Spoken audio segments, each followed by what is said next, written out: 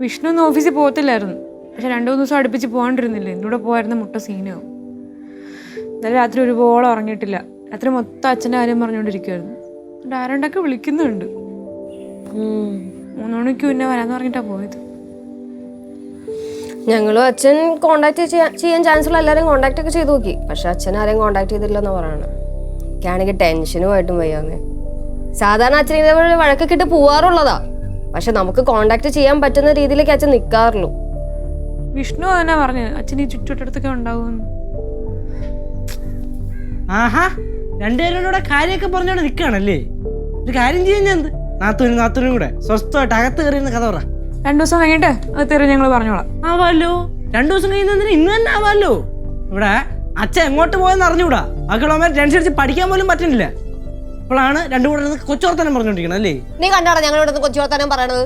കണ്ടാടാ കയറി പോയാ അതോട്ട് കയറി പോവാനാ? വല്ലാത്ത കഷ്ടമല്ലേ അത്. പുറത്തുനിന്ന് എന്തെങ്കിലും പറഞ്ഞാൽ പറയാം അകത്ത് കയറി പോയി, അകത്ത് കയറി എന്തെങ്കിലും പറഞ്ഞാൽ പറയാം പുറത്തിറങ്ങി പോയി. ഇപ്പൊ ഞാൻ എങ്ങോട്ടല്ലേ ഇറങ്ങി പോകും കേട്ടോ. എന്താ അമ്മേ, ഞങ്ങളുടെ അച്ഛന്റെ കാര്യം പറഞ്ഞോണ്ടിരിക്കണ ഉടനെ ഇവൻ കയറി വന്നിട്ട് പറയാം ഞങ്ങൾ കൊച്ചു വർത്താനം പറഞ്ഞോണ്ടിരിക്കുവാന്ന്. വെറുതെ അടി ഉണ്ടാക്കാൻ വരിക അമ്മേ.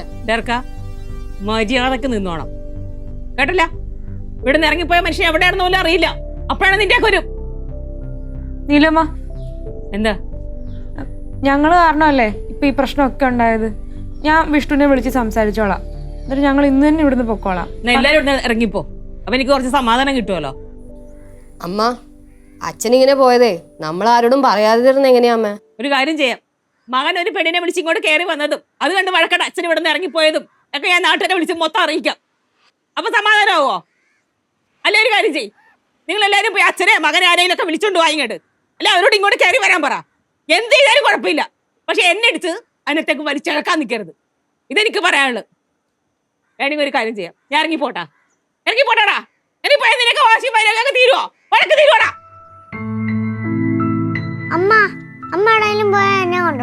നീ മിണ്ടാതിരുന്നോട്ടാ പറ.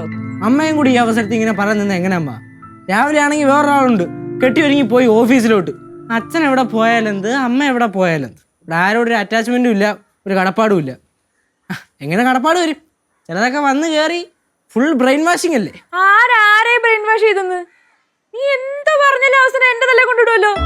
അതെ, കുറ്റം ചെയ്തവർക്ക് ആരെന്ത് പറഞ്ഞാലും അത് കുറ്റമായിട്ടേ തോന്നും. കേശു, ഞാൻ എന്റെ സർവ്വ മര്യാദ എടുത്തു പിടിച്ചിവിടെ നിൽക്കാണ്. പല പ്രാവശ്യമായിട്ട് ഞാൻ ഇത് പറയുന്നുണ്ട്. അറിയാൻ എന്റെ നിയന്ത്രണം വിട്ടാ. നീലമ്മ, ഞങ്ങൾ വേണേ ഇവിടുന്ന് പൊക്കോളാം.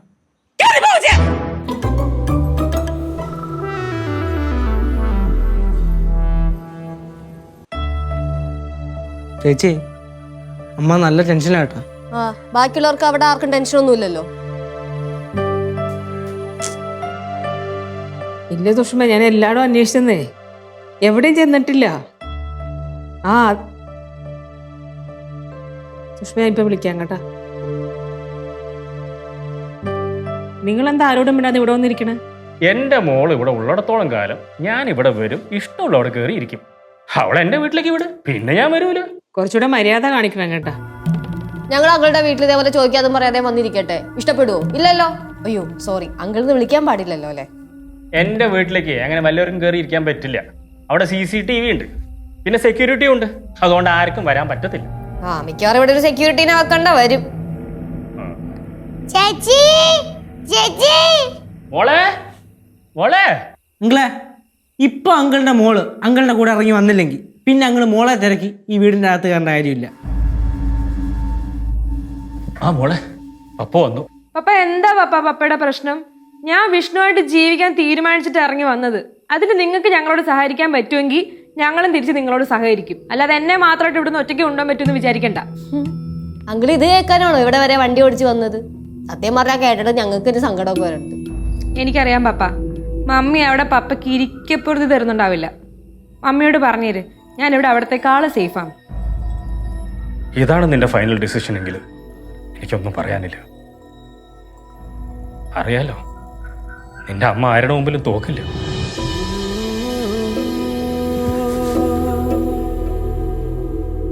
നിങ്ങളെ വിഷമം എനിക്ക് മനസ്സിലാവും. ഇങ്ങനെയൊക്കെ സംഭവിച്ചാലേ ഞങ്ങൾക്കുണ്ട് വിഷമം. എന്ത് ചെയ്യാനാ?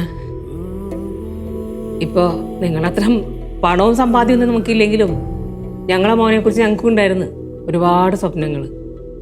ഈ ഒറ്റ കാരണം കൊണ്ടാ എൻ്റെ ഭർത്താവ് വഴക്കിട്ട് ഇവിടെ നിന്ന് പോയിരിക്കണേ. എവിടെ പോയെന്ന് പോലും അറിയില്ല. നിങ്ങളുടെ മോനെ കുറിച്ച് എന്ത് സ്വപ്നങ്ങൾ? അവൻ്റെ പഠിപ്പ് വെച്ചിട്ട് അവനൊരു പ്രൈവറ്റ് കമ്പനിയിൽ ജോലി കിട്ടുമായിരുന്നു. അത് കിട്ടി. ഇതിൻ്റെ അപ്പുറം ഒന്നുമില്ലല്ലോ. പക്ഷേ ഇതേ ഇവളുടെ കാര്യം അതാണോ? ഏതെങ്കിലും ഒരു വലിയ ബിസിനസ്മാൻ്റെ വീട്ടിൽ താമസിക്കേണ്ട കുട്ടിയാണ്.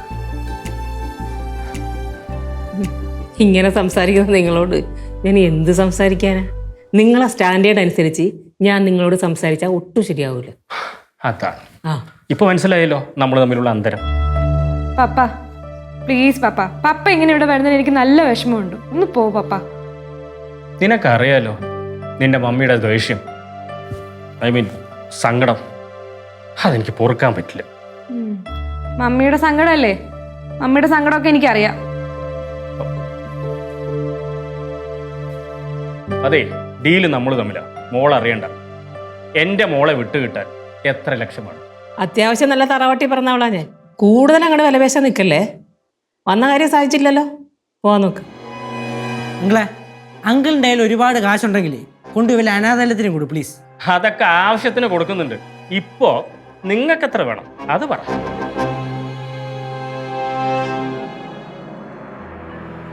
ഞാൻ പോവാ. ആലോചിക്ക്. ഓക്കെ.